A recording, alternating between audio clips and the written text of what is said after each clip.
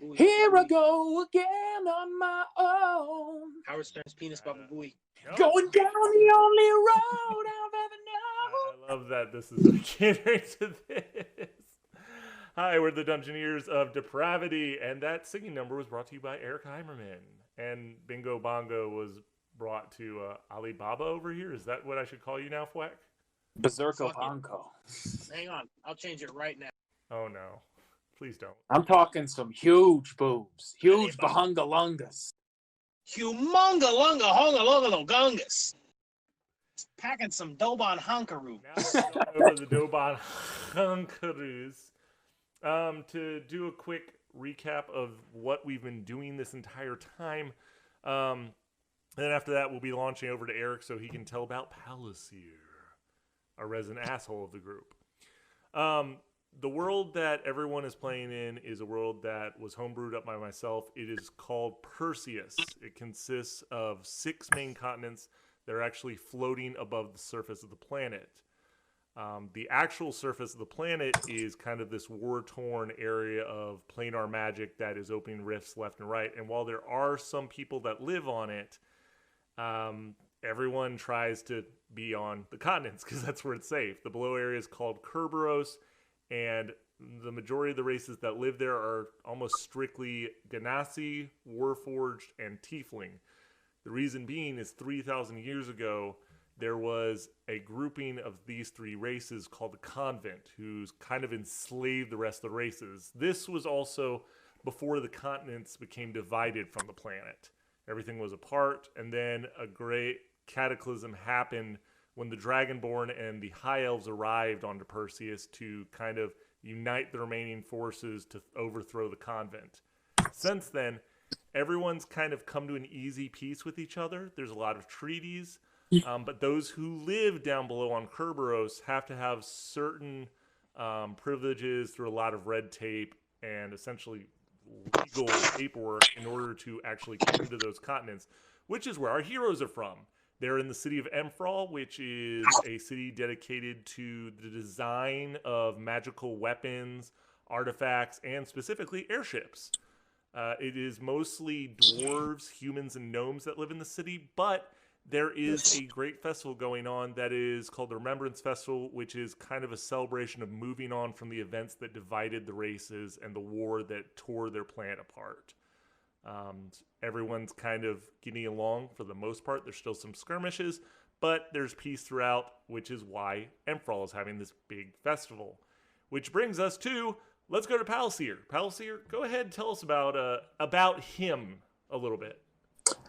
So Palisier is our resident evil character. He is a dick. Literally, but figuratively, Eric. It's not entirely his fault. So Palisier was kidnapped as a very young child. He's a half-elf. So presumably he came from a good family, but we'll never know because he was kidnapped as a young child. Yeah, he was nap-kidded. And he was kidnapped by acolytes of Asmodeus. For those of you that don't know much about Asmodeus, he is basically Super Satan. He is the king of all the hells. There was a giant war back in the day. All the hells. There are multiple. Yes, there are several. Yep. And back in the day, there was lots of infighting between more powerful deities to wrest control of all the different hells. And Asmodeus is absolutely devastatingly brilliant. And he used all of his knowledge and wisdom and thousands of years of planning to overthrow everybody and take over. It sounds like you've been kind of riding him a little hard there, Palisier. Like, could you go on a little bit more about how devilishly brilliant he is? So his dick is just like... So just gotta say, you said wisdom. I've seen your wisdom multiplier. It's lower than mine. Or modifier. He's got the Palisier's dick has that chonk modifier. Chonk modifier. Chonk. So anyway, Palisier gets kidnapped at a very young age. He doesn't remember any of his childhood. All he remembers is his upbringing in the cult of Asmodeus. He was raised in like a sort of temple-ish area, kind of out in the middle of nowhere. and other children were also kidnapped and brought into the fold. And brought to you by Evan Williams. I don't have my bottle. I don't have it today. But it's downstairs. I'm sorry. Yeah. No, not RC Cherry. RC Cola Cherry. By RC Cola, I'm going to laugh my ass off. Anyway, so Palliser gets kidnapped. He is brought up in the cult of Asmodeus. He is an avid pursuer of knowledge. He loves learning, and he loves learning new magic and gaining power. The overseers of this cult kind of teach them as they get older, and Palliser was always ahead of the curve, and so they got pissed off because he was always trying to get into information he wasn't supposed to and try spells he wasn't supposed to, and so they nicknamed him Palliser, which is actually Elvish for dangerous. Yep. So Palliser eventually got fed up with being told no, and he burned down the cult and killed everyone in it and took all the books that he wanted, and has been learning stronger magic and more about the lore of the gods ever since, and he's been off on his own. He is a master manipulator and uses this to his advantage. He's had lots of sugar mamas and sugar daddies over the years, so he hasn't had to work. He hasn't had to do anything. He just basically rolls to seduce, and and then he robs them. Sorts it out from there. Yeah, he kills them sometimes. He robs them other times. Sometimes he just leaves. But he does not have any sort of moral compass in that regard. He's just like, I do what I need to do. So he does what he needs to do. Running around all over the place that look strangely like Palliser. Little bastardized half-elf. Fucking bastard kids everywhere. But his end goals are to, like, his main goals are to gain knowledge and power. Eventually, he doesn't want to be part of Asmodeus's group anymore. He wants to eventually become strong enough on his own to either cut himself off from Asmodeus and keep his power, or find another source of power that isn't sentient, to where he can kind of stand on his own 2 feet. His natural tendencies are more chaotic evil. Asmodeus is lawful evil. And so Palliser kind of falls into the middle because he does look up to Asmodeus, and he understands that, like, the reason Asmodeus is as strong as he is because he's brilliant and he's a planner and he's not erratic in his actions. But Palliser is erratic, and he hates that he is erratic, and so he tries to be more like Asmodeus, but he's constantly in conflict. So he is a neutral evil character currently. Makes sense. And that's where we are with Palliser. He enjoys the finer things and doesn't like getting his hands dirty. Thus why he's sometimes known for going, ew. Ew. Yeah, pretty much. Yeah. And he will laser things to keep them away. Back up. All right, Fleck, you are our next one to step up. Unfortunately, DJ and Null will not be able to make it. I'm not sure why. He probably fell asleep, honestly. Very probably. He's in a weird time zone. But with that, you live on a rock in the middle of the fucking ocean. Yeah, I got to drop, guys. We will see you on Friday for 5:30 like normal. All right. See you guys. Peace. All right, so Fleck is, as you guys know, 14 feet tall. He's a wood giant, and he's a monk. So Fleck was found as a child, even though a child, he's about 2 feet tall as a child because he's tall. So he was found on the steps of a monastery by elven monks who followed the monastic tradition of the way of the foot. They're fast as fuck. So basically, what happens? They accepted Fleck into his monastery and start teaching him. He grows old. He begins to grow older, and the elven monks there, they start to notice, this kid's not exactly one of us. Like, they originally thought, because, they wood giants and elves have, like, such likenesses. They even have the same, they're pretty much overgrown elves. So they start noticing, because, as he starts to turn into, like, 6 years old, he's, like, 10 feet fucking tall. So they're starting to notice, oh, hey, this kid might not actually be an elf, which is, it's not common. It's not common in their monastery. Racists. Yeah, I wouldn't say it's racist, but, like, they're just so used to elves all the time that nobody really like you don't see dwarves going into elven monasteries to learn how to be monks. So it is what it is. So they accept him in. He starts growing a little taller. All the other little bald kids running around, all the other elven monks trying to run around. They really take kindly to Fleck because he's tall. He can reach up and grab these freaking mangoes that the elders are planting on these massive fucking trees, and nobody can get to them because they're too tiny. Or they Fleck thought he isn't. was the Fleck can just Avatar, one or the other. yeah, exactly. Yeah, Fleck can just reach up and fucking pull it right off the branch like it's nothing. So, life continues. Fleck loves his home. He's pretty comfortable where he is. He's learning from the masters and whatnot, and everybody treats him with respect, which is something that really embeds with him because he's been taught that you treat the lowliest apprentice to you treat them with the same respect that you treat the greatest of masters. So it's something that he's really, it's something something he really resonates. So, time goes on and stuff gets to the point. So one day, as one of the festivals of the neighboring country, the masters send Fleck to town to get supplies because the town has requested that the monastery perform a demonstration for the festival. Monastery is, they're not obligated, but they oblige.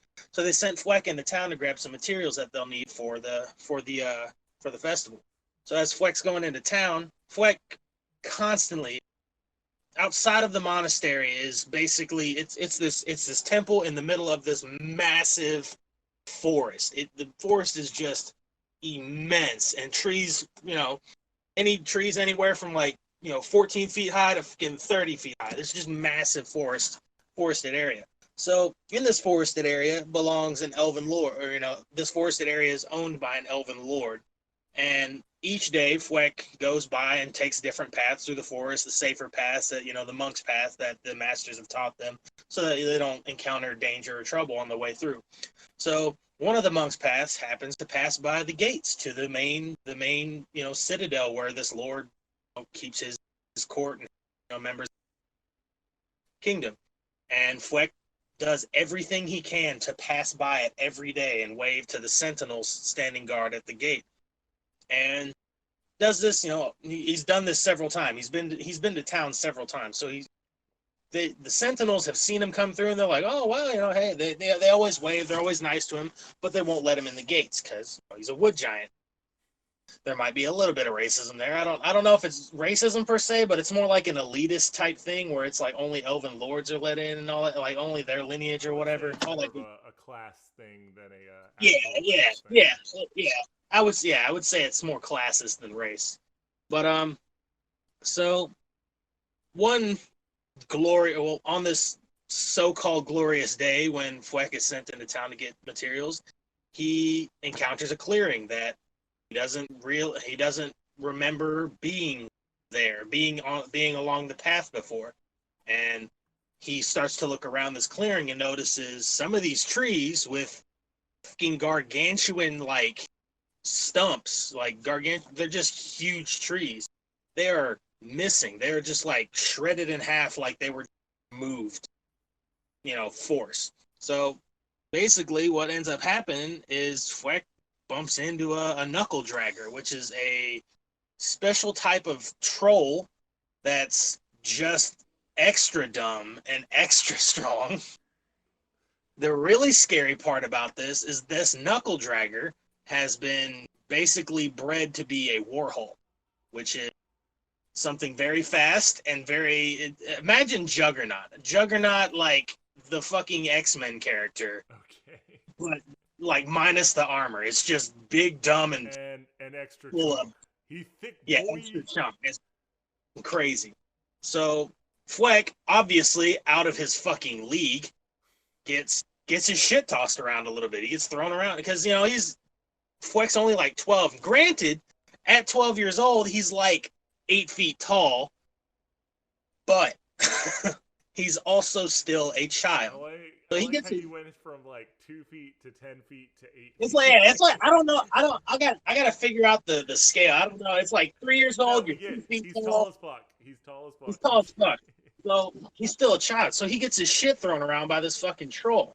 So just before, he gets thrown up against a tree, classic cliche fighting in the woods, get thrown up against the back of a tree, knocks the wind out of you, start going conscious of it. As he starts to, regain his breath after getting the shit knocked out of him, he sees this fucking Warhawk, and it's crazy because this thing is moving at lightning, like blinding speeds, which doesn't make sense in his brain because this thing's fucking massive. So it just terrifies him even more. So just before this knuckle dragger comes up and pretty much splits his skull open, it stops. He winces, he flinches, and he opens his eyes and he's like, "Wait, I'm not dead? What the fuck? What's going on?" Looks up to see a fully armored, it's vaguely bipedal and very dangerous with a shield. He can't tell what's in the armor or who's in the armor, but he knows that this thing has just single-handedly stopped this thing's massive knuckles, which are like the size of fucking boulders, just stopped it with a shield like it was a fucking pillow, and just throws this thing away. He's having a really rough time comprehending the math behind all this, because the thing that just stopped the boulder fists from splitting his skull is smaller than him, but it's armored. It's like heavily armored and just walking around with a fucking shield. So basically what ends up happening is a sentinel of the elven lord of the the area that he's been walking through, just so happened to be scouting and noticed Fweck was in danger and ran to his aid, thinking, "Oh wow, that's a really tall fucking elf." So she runs, or I said she, I already fucking ruined it. But this sentinel runs towards the knuckle dragger and pretty much goes blow for blow with this knuckle dragger like it's nothing. Like she's just catching. He's moving at lightning speeds, but she's just a step faster than he is. She's catching all these blocks with a shield, all this good stuff. Obviously, there's a power-up moment, because what epic fight would be, an epic fight without a power-up moment? So this Warhawk gets pissed because he can't smashy. He just wants to smashy, and like this thing won't fucking let him. So he gets so pissed to the point where like electricity starts like fucking discharging off his body. That's how fast he's moving. So comes with a volley of blows. He just starts smacking the shit out of the Sentinel shield, but the Sentinel's just moving Fweck around and guarding at literally just meeting this thing's speed. It's ridiculous how fast this Sentinel. So eventually, enough blows to his shield, it's gonna fucking crack. So the shield cracks and sends the Sentinel and Fweck flying, and Sentinel gets knocked out. Well, Fweck sees this, gets pissed off, and uses the training that he's learned so far to kind of stop the Warhawk. It's kind of like a Deus Ex Machina kind of thing, but whatever. He's dog shit game wise, but his backstory, he's God. But doesn't have a Deus Ex Machina moment. Let's be. Oh real. Yeah. Well, this Warhawk, who has now changed targets. He's switched from Fweck being the target to the vaguely bipedal humanoid. Dangerous humanoid that's on the front. That's his target now. So he dashes at this thing at fucking blinding speed, and Fweck just stands up in front of, stands in between him and the vaguely bipedal humanoid on the ground, and just fucking palm out. And the force at which this Warhawk smacks into his palm, you would expect Fweck's arm to just buckle, but it fucking doesn't. And the force that this Warhawk just smacks into his palm, it just sends his fucking skull to the front. It sends the front of his skull to the back of his skull. And then he just hemorrhages out in the woods. It's great. You so hard in the chest that your shoulders. He doesn't even punch him. That's the thing. He just is like, "Stop in the name of love." And he just fucking, like a truck hitting a fucking Buddha fist. Hydraulic barrier. Oh yeah, pretty much. Okay. Yeah. Fucking facepalm this dude to death. So, come to find out, Fweck looks down, sees the Sentinel. The Sentinel, it's female Sentinel. So she's like, "Why did you stay?"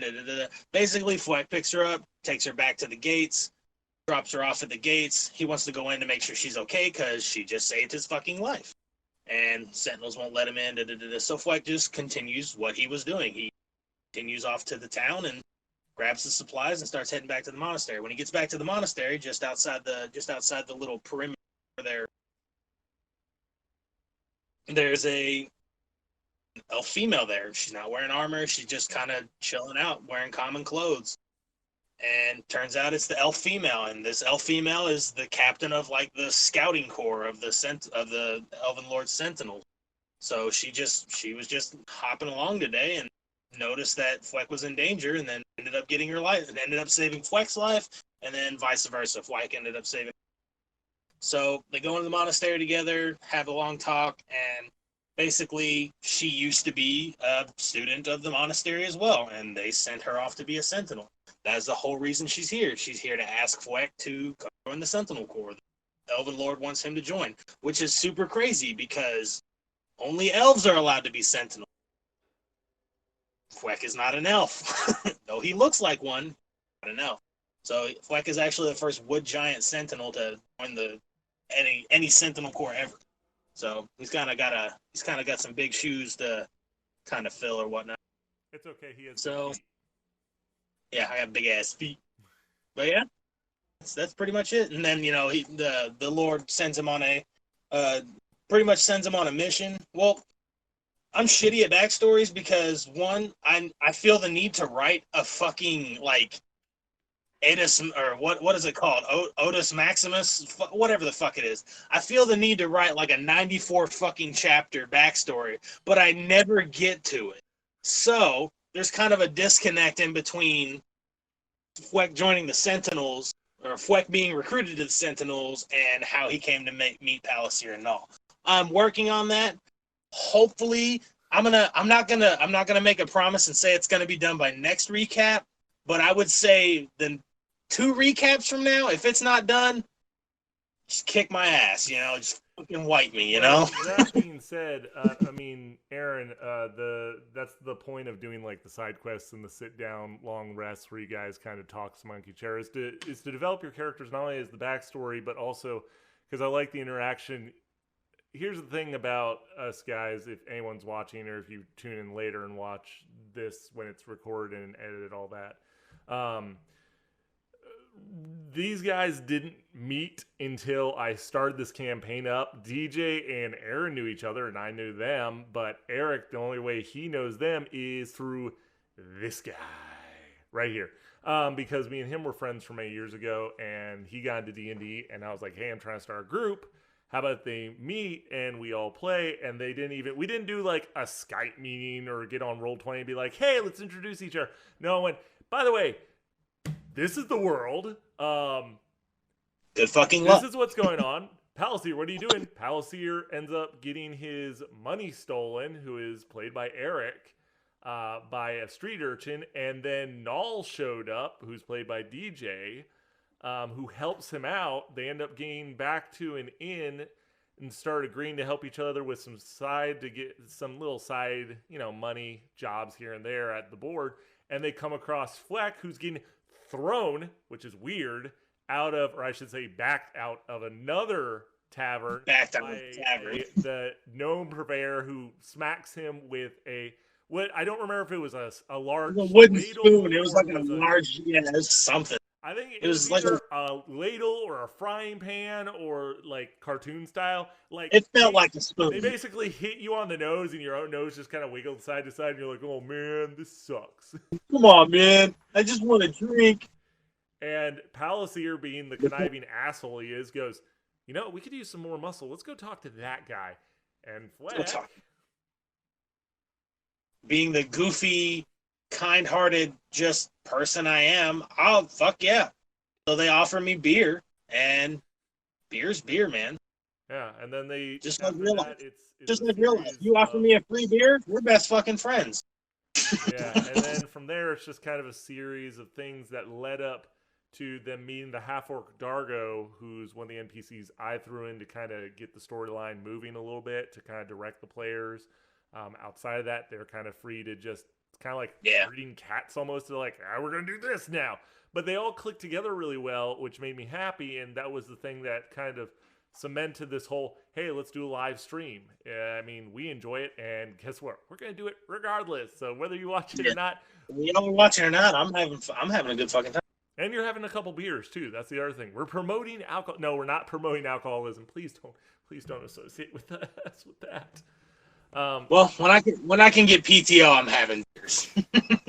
I mean, we're promoting, actually, if nothing else. My main goal on this is, either way, I'm having fun with my friends, but outside of that, if someone watches this and they're like, you know what, that looks like a lot of fun, I want to do my own campaign. I got some friends that might be into this shit. Yeah, man. Awesome. If we can entertain other people and spread, D&D, I don't know how much help D&D needs to be spread around, but like maybe we can convince some other, non-minded people that are like, oh, wow, it's not just a bunch of fucking nerds. It's actually a bunch of funny-ass dudes just running around fucking hitting shit and getting knocked out, It's pretty fun. Well, and the thing is here, too, is I'm going to keep messing around with the sayings and trying to get, so this is more professional, I guess. But Eric's working on a theme song because he has a musical background. DJ's helping me out with getting this OBS stuff and everything squared away so I can make this better quality eventually, hopefully. Fingers crossed. And I'm here. That's and it. Aaron's here. No, Aaron is great emotional support. And then when I have questions for like, hey, what's this idea? You can look at it and go, yeah, that's really cool. Or you can go, that is dog shit. That is dog shit. I'm I'm your resident PR. I'm your public relations guy, which in hindsight is not a great idea. No, you're probably going to run us flaming into the ground. Let's be real here. It is what. But that being it'll said, be fun the whole way. We're coming up to the end of this because everybody's had their say aside from Null. Hopefully I'll be able to get DJ on next Sunday. If not, well, we'll have the other resident wackadoo. We'll figure it out. As previously mentioned, we do this every Friday from 5:30 till, well, normally about 7:30. If Aaron can get time off, he goes and he does, longer, and we can have a long session. And then Sundays, we're trying to do these little recap episodes where everybody can hang out and chat and kind of fill in. Once we actually catch everyone up fully on the storyline, I'm going to try to cover 2 sessions next Sunday. That way we can eventually get to where we're just covering what we already did, so we can be like, so remember when this happened, what were you gonna do? Like, this what were happened before. Yeah, well, this happened before, so. Yeah, exactly. We came in like, I'm not gonna say halfway through the story because we're nowhere near you guys. We started streaming like 3 sessions in. 4. 3 sessions. Our 4th session. Session. This is why I was like, we need to get this going, or we're just gonna have to keep tooling around with it. Yeah, we're gonna be playing keep up for the rest of our lives. Which, I mean, I'm gonna keep running this even when we do the next campaign, just to be like, hey, this is the new one, and you get to start from scratch now. Yay! I don't want to start from scratch. I've never had a level 20 D&D character. Well, you're still not level 20, and you won't make it there. No, but really, we're doing the stream on Twitch right now, and then I'll have this recorded and uploaded probably in a day or 2 on YouTube as well.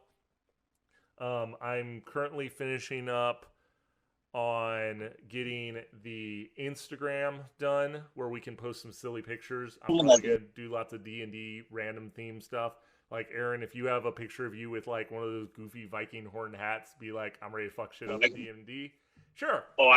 It's for fun.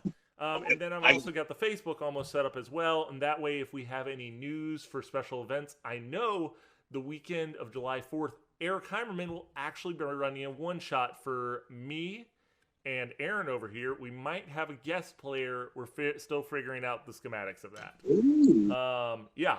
Aaron, that's the goal. DJ can't make it. He's going on some little vacay thing. Not sure. So that's the big reason we're doing a one-shot. Plus, 4th of July weekend, we don't want to do anything too serious, so people don't have to be like, oh, I got fireworks I gotta go take care of, and lots of booze to drink. So yeah, that's what that is. Outside of that, there are going to be special events I want to do aside from the one shots as well, just goofy things for fun. Might be a couple strange videos. I know the announcements are gonna get much stranger as we get along. Maybe some costumes, not sure yet. And like I said, Eric's going to have an actual intro. We will have eventually a full intro and everything, which will be entertaining. Yeah, Aaron, he already sent me the beginning lyrics of the song, and it's ridiculous. And I'll tell you about it after we finish this recap episode. Nice. But in the meantime, Aaron, you got anything else you want to go ahead and say before we go ahead and come see us Friday and Sunday? And every Friday after that. If you don't, whatever. We're going to fucking play anyway. Because we really enjoy each other's company. Yeah, and I miss these fuckers. Yeah, sure. But we're spread all over the goddamn planet. Literally. Literally all over the goddamn planet. That's true. And I look forward to eventually when some of our other people get back, we may have some other permanent players coming on. Hell yeah. That'd be dope if we could get Pat in. Oh my God, I would love Pat to come in. But we'll have to see how that comes out. In the meantime, thanks for watching this. If you have, we've got more content coming because I have to say that, obviously, to keep you on your feet. We're going to look, if you come watch it, you're going to be entertained. We're funny. Fuck you. He's got a lot more confidence than I do. That's why you're our hype man. You're not our PR guy. You're our hype man. I'm a hype man. That being said, we're going to get ready to sign off, and that brings to you from Dungeoneers of Depravity. I'm Jason Klein, DDM. Aaron? I'm Aaron. Or I'm Alibaba today, but... Nah, it doesn't fit. I like Aaron better. Good All right. Good rolls, everyone. Rolls, everyone. Rolls, everyone.